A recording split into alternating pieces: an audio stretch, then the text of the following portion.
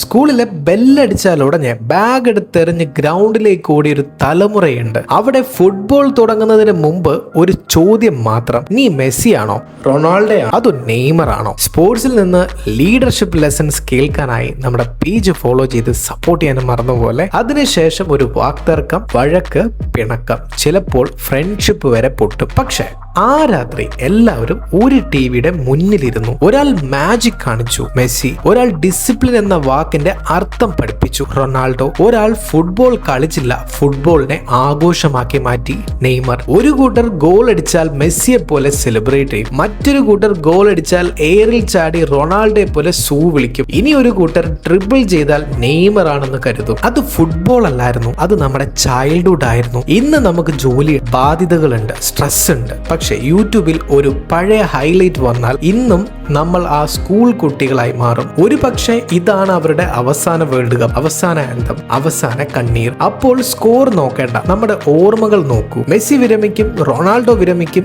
Neymar വിരമിക്കും. പക്ഷെ നമ്മുടെയൊക്കെ സ്കൂൾ ഗ്രൗണ്ടിൽ പോയാൽ ഇന്നും ആരെങ്കിലൊക്കെ പറയും, ഞാൻ മെസ്സി, ഞാൻ റൊണാൾഡോ, ഞാൻ നെയ്മർ. അപ്പോൾ നമുക്ക് മനസ്സിലാകും, അവർ നമ്മുടെ മുന്നിൽ കളിച്ചത് ഫുട്ബോൾ മാത്രമല്ലായിരുന്നു, ഒരു തലമുറയുടെ ബാല്യമാണ് അവർ എഴുതിയത്. നിങ്ങളുടെ ഫേവറേറ്റ് ലെജൻഡ് ആരാണെന്ന് കോമന്റിൽ പറയൂ. നിങ്ങളുടെ കുട്ടിക്കാലം ഈ സ്റ്റോറിയിലൂടെ റിലേറ്റ് ചെയ്യാൻ സാധിച്ചിട്ടുണ്ടെങ്കിൽ ഡോക്ടർ സെയിൽസ് ഫോളോ ചെയ്യാനും സപ്പോർട്ട് ചെയ്യാനും മറന്നുപോലെ.